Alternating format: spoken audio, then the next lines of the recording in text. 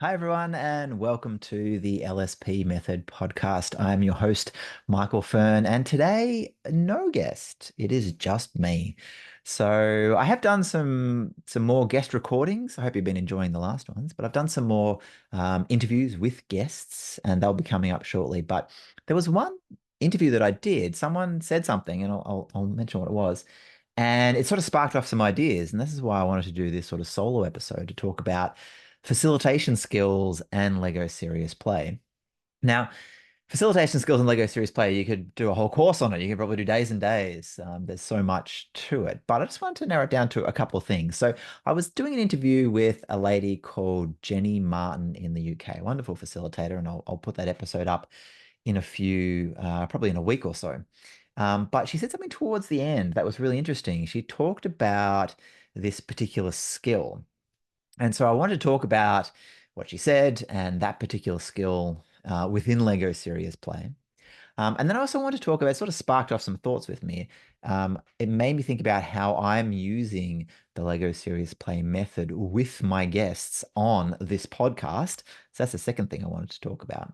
And then the third thing I want to talk about was facilitation skills in general with Lego Serious Play. So I often get a lot of people asking, do you need to be a facilitator? So we're going to talk about sort of general facilitation skills. But let me tell you about what Jenny was mentioning. So Jenny mentioned the skill of when someone has a model, they've built it, they're telling the story, and it's how do you facilitate that? How do you sort of let them tell their story, and what do you do once they've done that? And so it's a really interesting skill because you can go lots of different ways with it. So the sort of inexperienced person would, probably sort of jump in and start interpreting, and they've finished their story, and you then sort of bound in and start placing stuff on there and things like that. And I've seen some people do that, and it can really it sort of can take some of the magic out when you sort of that story is almost like given over by the person, and you don't really dive deeper into it. You sort of just yeah, you sort of, maybe it's more from you rather than from them. So the way I look at that particular skill is almost like you have to be zen. So they tell their story, and what I do is, obviously when I'm in a group and facilitating it, I'm normally like, does anyone have any questions or comments or insights from that? And I sort of throw it open to the rest of the group. And I think that's really good to do because it then allows them to ask the questions, which is what you want to get to, particularly if you have multiple tables and you can't be everywhere as a facilitator. But sometimes the questions that I ask of the person, if there's no questions or if it's just one table and I'm more there as the facilitator, I sometimes ask questions like, well, tell me more about this part of the model, or dive deeper into this. I'd love to hear more about that. So it's like an invitation to sort of dive deeper into their story and the parts that I found interesting or that I think could be really valuable. So that's one thing I do. Another question that I ask in that moment is about, well, can you give an example of that? Or you mentioned collaboration, or you mentioned this particular skill or attribute or element or factor. Can you give an example of that? Because one of the things with Lego Serious Play that, you take people up into this sort of dreamy abstract world. And sometimes what you want to do is you want to drill back down and give it a bit more substance, or um, a bit more sort of, not meat on the bone, but like real tangible examples. So they'll talk about, they'll their experience has sort of lifted them up to think, oh, this is important. But then you want to take them back down and say, oh, can you give us an example of that to sort of flesh it out and to give more color to it? So that's one thing I love to do, is I like to ask, have you got an example of that? Or were you thinking of an example when you built that? And that can really help. So I think the approach I take with my questions there, and my facilitation approach, is just to be curious and try to invite more of the story. And I think that can never be a bad thing, because that's why we're there. Another way I look at it, another lens that I look at that moment, that facilitation moment through, is a bit of a slider. So you could ask really sort of not shallow, but really sort of safe questions. Or you could ask really hard hitting, almost like, maybe going into more coach mode where you're just really diving deeper. Maybe there's the why question you want to ask or something like that. And so there's this whole spectrum of how hard you want to go with that question, or how deep you want to go, or how much you want to push, or how much you want to open the person up. Now, I err on the side of probably more safer questions. So those curious, inviting, tell me more about, think of an example. Can you think of an example? So the reason I do that is because as I come in as an external facilitator, like I'm sort of optimizing for psychological safety and openness, and so I ask questions that sort of keep that psychological safety and openness, and sort of invite more to come out. But let's say you know the team and you want to push them harder and they're experienced and you feel like they can handle it. You might want to go to those more hard-hitting questions. You might want to push yourself, a bit more down one end of the spectrum. So I think why I loved what Jenny said or what she brought up and why I wanted to do a solo episode around it is it's such an interesting facilitation question about what do you do in that moment when someone's giving you the story? Do you go safe? Do you go hard? How do you open it up to people? And there's lots of different ways you can go. And like I said, mine is about curiosity. I just want them to tell me more. So that's a really interesting, just sort of particular skill. Now, that started me reflecting on how I use the Lego Serious Play method in the LSP method podcast. So, as you probably know, if you've seen a few of the episodes, I ask the guests beforehand to build some models. I give them some questions, they build it, and then I sort of weave it into the conversation.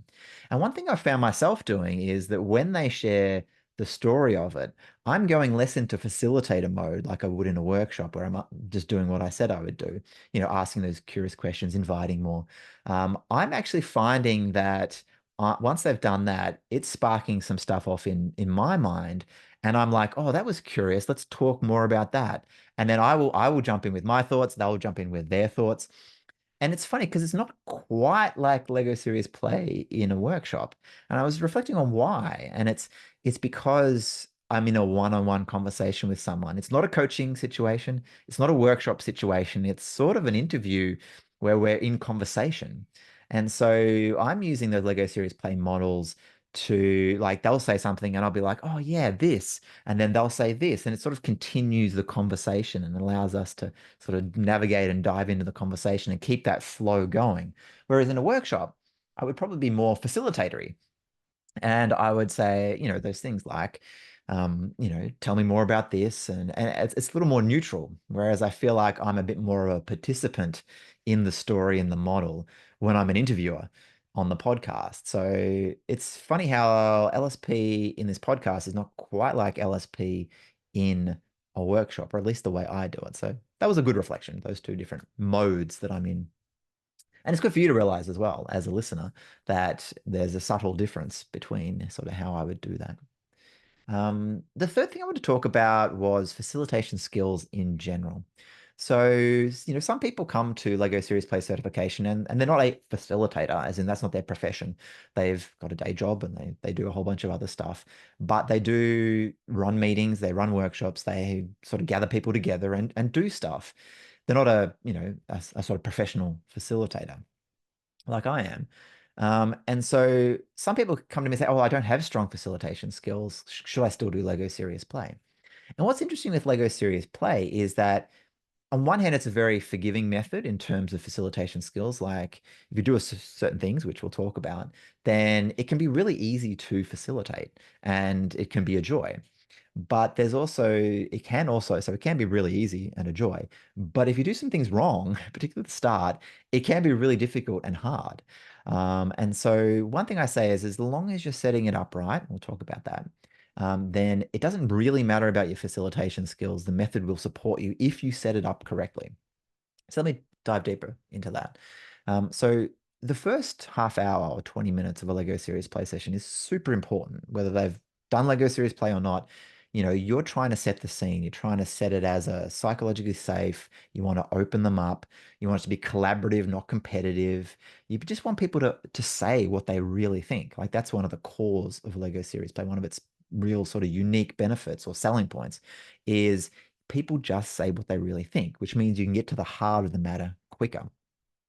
So that's what you want to do. You want to set that up right. And I've got a whole, part of my course and in my book and everything that I do is, finding ways to do that start bit right. So you set up the right atmosphere.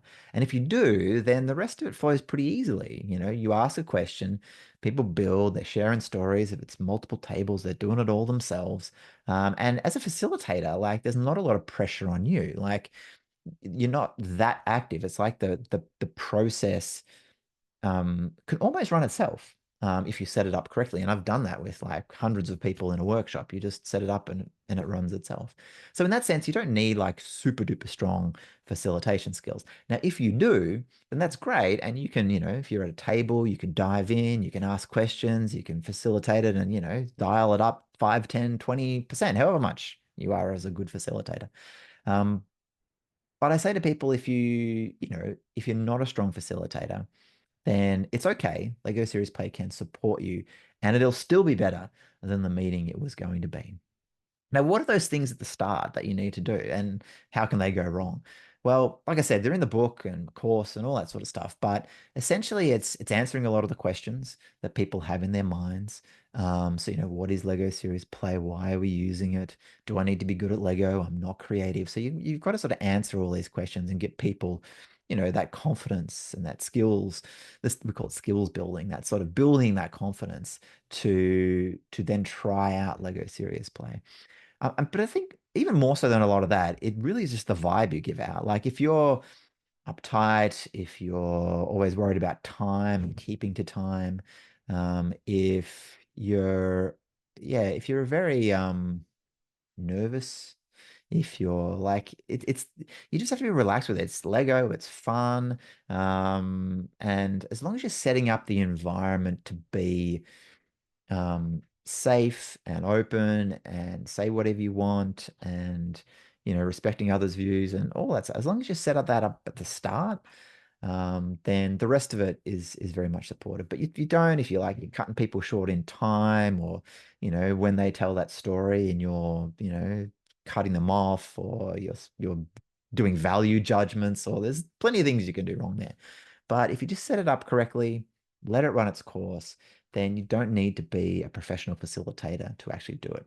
Now, some people might be horrified by that, like some Lego Series Play facilitators. And I'd probably say in the early days when Lego Series Play was like this 2-day long strategy workshop, then yeah, you probably had to be a professional facilitator. Like that's hard work and requires a high level of facilitation. But the stuff we're talking about where it's like, 45 minutes, an hour, maybe a 2-hour session, then you don't need to have like decades of experience as a facilitator. The method, and particularly the way I present it and more the way I teach it, is it's structured to, it's almost like you build in a lot of those safeguards into it. So it's funny, another one of the podcasts, Alistair, that I haven't released yet, he asked a question of me about if someone wanted to, he was talking about prisons and if someone wanted to come out of prison and was using Lego Series Play in prisons, but then wanted to use it outside of what would that person do? And I'm like, well, there aren't huge number of resources. There's books and things like that, but the best thing to do is just give it a go. Just have a go in a non-risky situation and build up your skills in that. And I think that's fine. You don't have to be a facilitator to do it. It doesn't, being a facilitator helps and it means you can dial it up and add even more value. But otherwise, I think you're totally fine to just give it a shot in those low risk situations, and then build your skill up to some stuff that's even more important.